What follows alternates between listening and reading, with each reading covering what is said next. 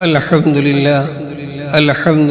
نحمده ونستعينه ونستغفره ونؤمن به ونتوكل عليه ونعوذ بالله من شرور أنفسنا ومن سيئات أعمالنا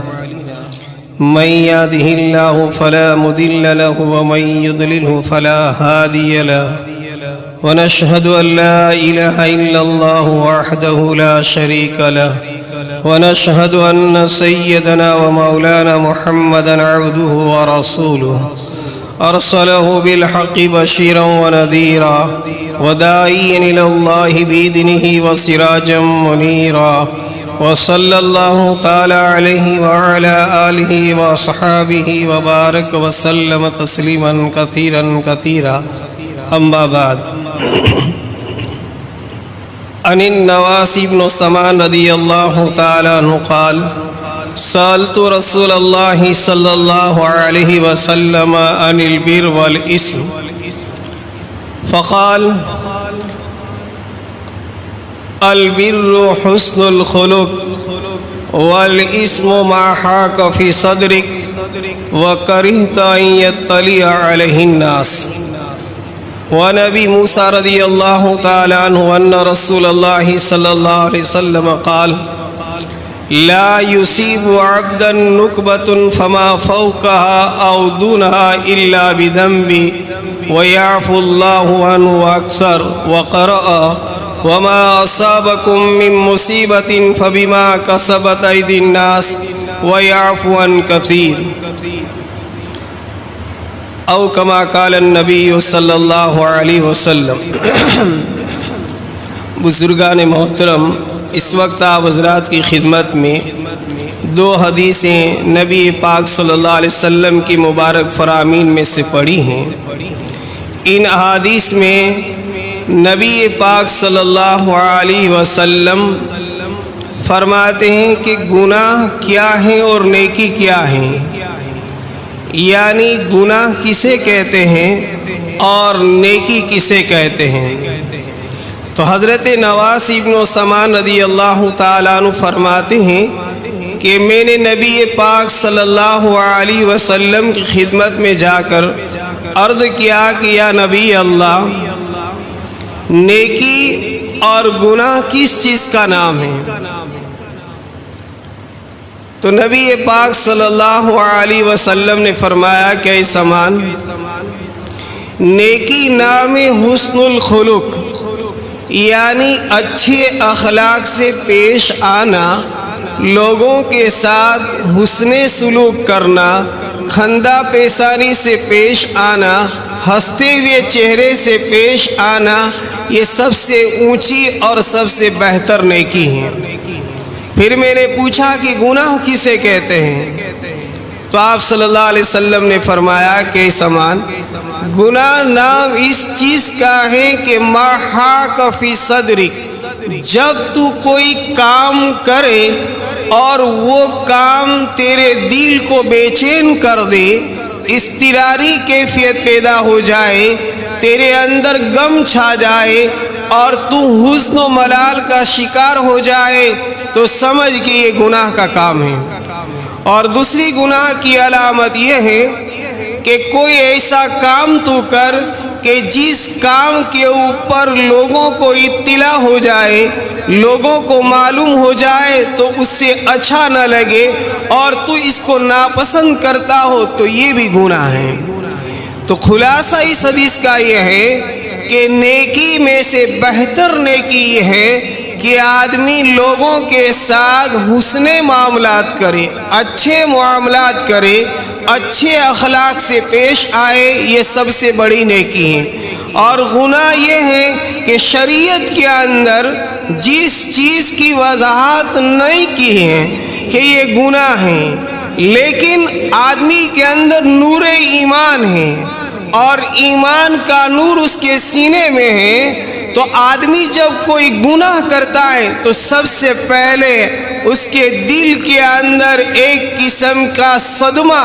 اور ایک قسم کی بے چینی اور ایک قسم کی اضطراری کیفیت پیدا ہوتی ہے، تو اس کا نام گناہ ہے۔ یا ایسا وہ کام کرے کہ جس کام کو لوگوں کے سامنے کرتے ہوئے وہ ناپسند کرے، یا لوگ اس کام کو دیکھ لے تو اسے پسند نہ ہو، تو یہ بھی گناہ ہے۔ اب جب آدمی گناہ کرتا ہے تو گناہ کی وجہ سے آدمی کو ظاہری طور پر اور باطنی طور پر کیا نقصان ہوتا ہے؟ تو گناہ کرتے وقت آدمی کو سب سے پہلے یہ سوچنا چاہیے کہ میں کس کی نافرمانی کر رہا ہوں، کہ جو خداوند قدوس میرا محسن ہے، میرا مربی ہے، میرا منعم ہے، ہر وقت مجھے انعامات دے رہا ہے، ہر وقت میرے اوپر احسانات کر رہا ہے، تو اس کی نعمتوں کا اور اس کے احسان کا تقاضا تو یہ ہے کہ میں رب العالمین کو راضی کروں۔ اگر یہ رب العالمین کو ناراض کرتا ہے تو سمجھ لو کہ یہ آدمی گناہ کے نقصان میں مبتلا ہو رہا ہے۔ جب اللہ ناراض ہوتا ہے تو حق تعالی شانہ وعم نوالہ اس بندے کو کچھ وقت کے لیے مہلت دیتے ہیں کہ میرا بندہ ان چیزوں کے اندر جو میری نافرمانی کر رہا ہے اور گناہوں کے کام کر رہا ہے وہ سنبھل جائے۔ اگر وہ آدمی سنبھلتا نہیں ہے اور یہ آدمی اس گناہ سے باز نہیں آتا ہے تو سب سے پہلے حق تعالی شانہ وعم نوالہ اپنی نظر رحمت کو اور اپنی نظر انعامات کو پھرا لیتا ہے، جس کا نام ہے ناراضگی۔ جب اللہ رب العالمین ناراض ہوتا ہے تو عزیز دوستو پھر اللہ کی پکڑ آتی ہے۔ تو آدمی جب گناہ کرتا ہے تو سب سے پہلا نقصان تو یہ ہو رہا ہے کہ اللہ رب العالمین اس سے ناراض ہوتے ہیں۔ اور دوسرے نمبر میں گناہ کا نقصان یہ ہے کہ آدمی کے اندر بے چینی پیدا ہو جاتی ہے، آدمی کے دل سے سکون ختم ہو جاتا ہے، اطمینان ختم ہو جاتا ہے۔ اگرچہ اس کے پاس آسائش کے، آرام کے، اطمینان حاصل کرنے کے اسباب ہوتے ہوئے بھی یہ آدمی کو چین اور سکون نہیں ہوگا۔ اس کے پاس بے شمار نعمتیں بھی ہوگی، اس کے پاس کھانے کی چیزیں بھی ہوگی، رہنے کے لیے عمدہ مکانات بھی ہوں گے اور دوست یار بھی ہوں گے، لیکن حق تعالی شانہ وعم نوالہ اس کے قلب سے سکون کو کھینچ لیتے ہیں، اس کا سکون ختم ہو جاتا ہے، بے چینی میں وہ زندگی گزارتا ہے۔ پھر ایئر کنڈیشن میں ہوتے ہوئے بھی اسے نیند نہیں آئے گی، اس کو آرام نہیں ملے گا۔ کئی قسم کی جائیدادیں، ملکتیں، پراپرٹی بھی ہوگی، لیکن اس کو آرام کرنے کے لیے نیند کی گولیاں لینی پڑے گی۔ یہ گناہ کا سب سے بڑا نقصان یہ ہے کہ آدمی کے اندر بے چینی اللہ پیدا کر دیتے ہیں۔ اور تیسرے نمبر میں جب آدمی گناہ کو کرتا ہے اور توبہ نہیں کرتا ہے تو اللہ رب العالمین اس کے دل کو سیاہ کر دیتے ہیں، کالا کر دیتے ہیں۔ حدیث پاک میں آپ علیہ الصلوۃ والتسلیم نے فرمایا کہ جب بندہ کوئی گناہ کرتا ہے اور اس گناہ پر وہ باقی رہتا ہے، توبہ نہیں کرتا ہے، تو جب گناہ کرتا ہے تو اس کے دل کے اندر سے نور ایمان کو ہٹا کر اٹھا کر ایک سیاہ داغ لگا دیا جاتا ہے۔ جیسے ہی وہ گناہ کرتا ہے تو نور ایمان ہوتا ہے اور اس سے ہٹ جاتا ہے۔ گناہ کی بنا پر دل میں سب سے پہلے سیاہ اور کالا دھبا لگ جاتا ہے۔ اگر یہ آدمی گناہ سے توبہ کر لیتا ہے تو حق تعالی شانہ اس دھبے کو دور کر دیتے ہیں، اس کو پاک کر دیتے ہیں، صاف کر دیتے ہیں۔ اس لیے کہ نور ایمان اور گناہ یہ دونوں کبھی جمع نہیں ہوتے، یعنی مومن ہو اور یہ آدمی گناہ کرے تو اس کا ایمان کا جو نور ہے ایمان کی جو روشنی ہے اس کے دل میں نہیں رہتی. حق تعالی شان و امن والو اس نور کو اٹھا لیتے. اسی لیے حدیث پاک میں فرمایا کہ جب گناہ کرنے والا خاص کر کے زانی آدمی جب زنا کرتا ہے تو پیارے آقا نے فرمایا ہی نہ یزنی ولا یؤمن، جب وہ زنا کرتا ہے تو وہ آدمی مومن نہیں رہتا ہے. الیاذ باللہ، اللہ نہ کرے اگر کوئی آدمی اگر زنا کی حالت میں موت آ جاتی ہے تو اس آدمی کو شریعت کی نظر میں مومن نہیں کہیں گے، اس کا ایمان ختم ہو جاتا ہے. اس لیے کہ آپ نے خود فرمایا کہ لا یزنی الزانی ہی یزنی وہو مومن، مومن آدمی ہو نہیں سکتا اگر یہ اس کام کے اندر اور اس برے عمل میں مبتلا ہے. تو نور ایمان جو ہے گناہ کرنے کی بنا پر ختم ہو جاتا ہے. اللہ نور کو اٹھا لیتے ہیں اور اس کے دل کے اندر ایک سیاہ اور کالا داغ لگ جاتا ہے. پھر اگر وہ گناہ پر باقی رہتا ہے، توبہ نہیں کرتا ہے، تو رفتہ رفتہ آہستہ آہستہ اس کا پورا دل ہے وہ سیاہ ہو جاتا ہے، کالا ہو جاتا ہے. پھر اس کو نیکی کی اور برائی کی تمیز نہیں رہتی ہے کہ نیکی کا کون سا کام ہے اور برائی کا کون سا کام ہے. اس کو قرآن نے کہا گناہ کرتے کرتے آدمی توبہ نہیں کرتا ہے تو کلا بل ران علی قلوبہم ما کانوا یکسبون، اللہ اس کے دل کے اوپر زنگ لگا دیتے ہیں. جیسے ایک لوہا ہوتا ہے، لوہے کے اوپر کاٹ لگ جاتا ہے، زنگ لگاتا ہے تو لوہا اپنی صفت کو کھو بیٹھتا ہے. اسی طریقے سے جب آدمی گناہ کرتا ہے تو نور ایمان ختم ہوتے ہوئے اس کا دل سیاہ اور کالا ہو جاتا ہے. پھر اس میں نہ نیکی کی تمیز ہوتی ہے اور نہ اس کے اندر برائی کی تمیز ہوتی ہے. تو تیسرا نقصان یہ ہے کہ آدمی جب گناہ کرتا ہے اور توبہ نہیں کرتا ہے تو اس کا دل پھر سیاہ اور کالا ہو جاتا ہے. جب دل سیاہ اور کالا ہو جائے گا، نیکی اور بھلائی کی تمیز نہیں، تو سب سے تیسرے نمبر پر جو نقصان ہے وہ اس کے دل کو سیاہ اللہ تعالیٰ کر دیتے ہیں. اور اسی کے ساتھ ساتھ پھر اس آدمی کے اندر نیکی کرنے کی صلاحیت جو ہوتی ہے حق تعالیٰ شان و عم نوالہ اس کو ہٹا لیتے ہیں. پھر اس کو نیکی کرنے کی توفیق نہیں ہوتی ہے، نیک کاموں میں اس کا دل نہیں لگتا ہے، نیک کاموں کی طرف اس کی رغبت نہیں ہوتی. نماز کا وقت ہوتے ہوئے اس کا جی نہیں چاہے گا کہ میں مسجد میں آؤں.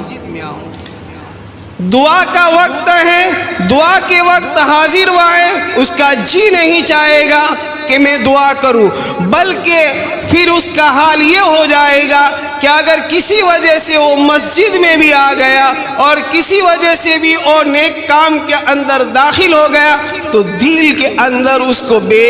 قراری ہوگی کہ کب میں مسجد سے باہر نکلوں اور کب میں باہر جاؤں اور کب میں گناہ کا کام کروں. جیسے مچھلی پانی کے بغیر زندہ نہیں رہ سکتی، اگر مچھلی کو پانی کے باہر نکال دیا جاتا ہے تو وہ تڑپ تڑپ کر مر جاتی ہے. ایسی ہی جب گنہگار کا دل سیاہ ہو جاتا ہے، کسی وجہ سے وہ مسجد میں داخل بھی ہو جاتا ہے تو اس کو مسجد میں سکون اور چین نہیں ملتا ہے، بلکہ ہر وقت اس کا دل گناہوں کی طرف اٹکا ہوا ہوتا ہے. اس کا دل اس طرف مائل ہوتا ہے کہ کب مجھے موقع ملے اور میں کب گناہ کر لوں. تو پیارے آقا صلی اللہ علیہ وسلم نے فرمایا کہ آدمی اگر توبہ نہیں کرتا ہے اور گناہ کا عادی بن جاتا ہے تو نیکی اور بھلائی اور برائی کے اندر تمیز نہیں کر سکتا ہے. تو تیسرے نمبر کا عزیز دوستو نقصان یہ ہے کہ آدمی کے اندر سے اللہ رب العالمین نور ایمان کو ختم کرتے ہوئے اس کے دل کو سیاہ اور کالا کر دیتے. اسی طریقے سے ظاہری نقصان کے ساتھ ساتھ اخروی اعتبار سے اللہ رب العالمین کی اس گناہوں کی سزائیں بھی الگ الگ ہیں. آدمی اگر گناہ کر کے سنبھل جاتا ہے تو ایک سزا ہوتی ہے اور سنبھلتا نہیں ہے تو دوسری سزا ہوتی ہے. اب اس کو سمجھے کہ آدمی جب کوئی گناہ کا کام کر لے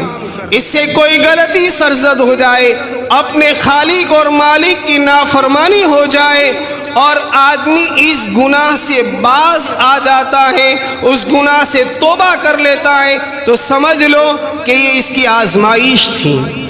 اللہ رب العالمین نے اس کو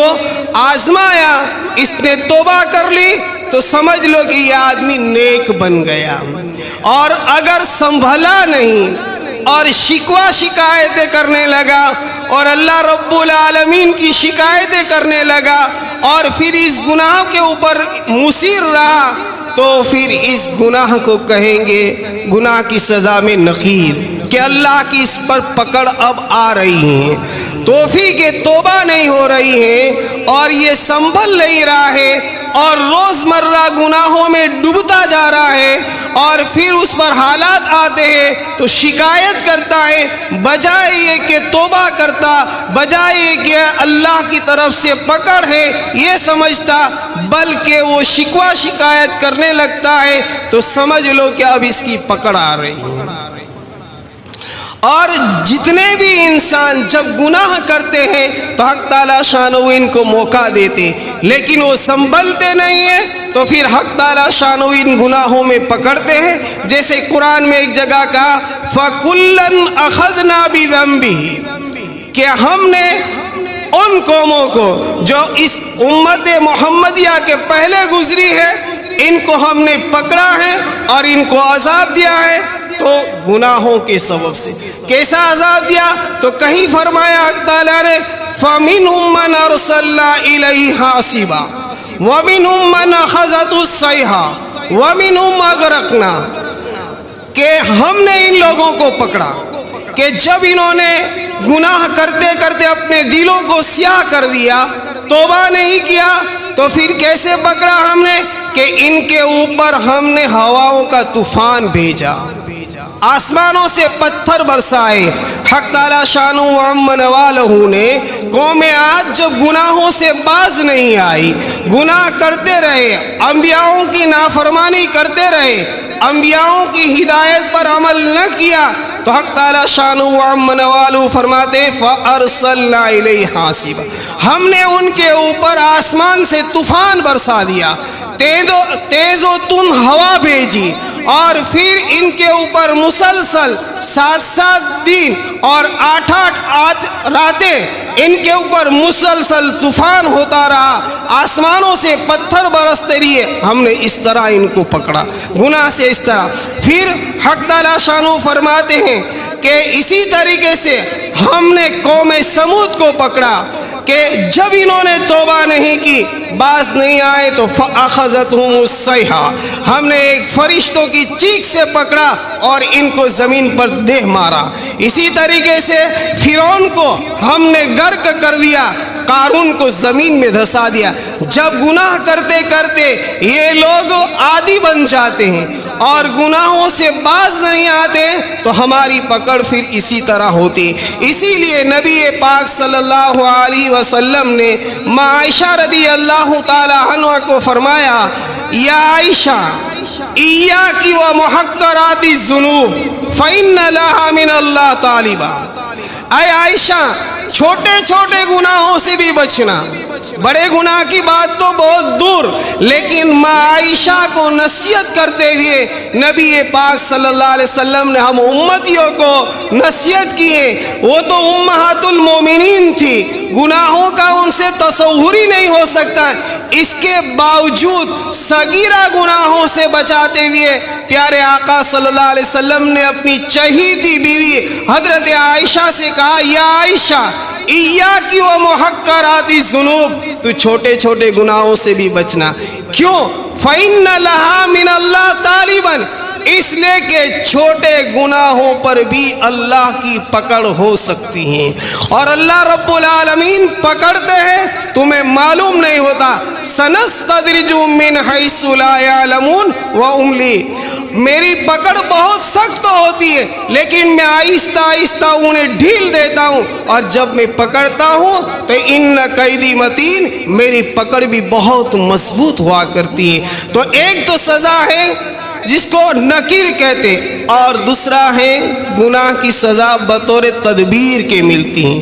اللہ رب العالمین خفیہ تدبیر کرتے ہیں، ایک پلان اللہ کا چلتا ہے، اگر سنبھل جاتا ہے تو ٹھیک ہے، نہیں سنبھلتا ہے تو جو گناہ وہ کرتا ہے اس گناہ کی سزا اس کو دنیا میں نقد اللہ دیتے۔ اگر وہ کسی کو دھوکہ دیتا ہے تو اس سے بھی کوئی دھوکہ دیتا ہے، اگر وہ کسی کے اوپر دغابازی کرتا ہے تو اس پر بھی دغابازی کی جاتی ہے، وہ اگر خیانت کرتا ہے تو اس کے ساتھ بھی خیانت کی جاتی ہے، اگر وہ کسی پر ظلم کرتا ہے تو اس پر بھی ظلم کیا جاتا ہے۔ یہ اللہ کی تدبیر ہے کہ جیسا وہ کرتا ہے اس کے ساتھ کیا جاتا ہے۔ اسی لیے ایک حدیث میں آپ نے فرمایا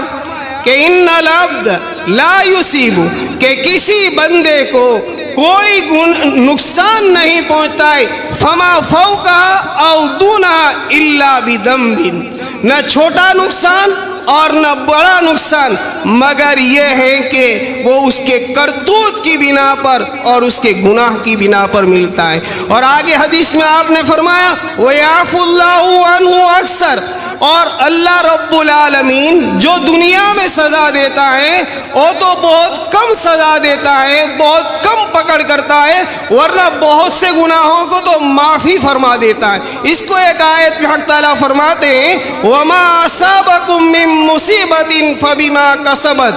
کہ جو کوئی بھی تمہیں مصیبت اور جو کوئی بھی تمہیں نقصان پہنچتا ہے وہ تمہارے کرتوت کے سبب سے ہوتا ہے۔ وَيَعْفُو عَنْهُ أَكْثَرُ، اور حق تعالیٰ شان و عمن والو اکثر گناہوں کو تو معاف فرما دیتے ہیں۔ تو ایک اللہ کی تدبیر چلتی ہیں کہ جیسا بندہ کرتا ہے اس کے ساتھ ایسا معاملہ کیا جاتا ہے۔ چنانچہ کوئی آدمی اگر گناہ کر کے یہ سمجھ لے کہ میں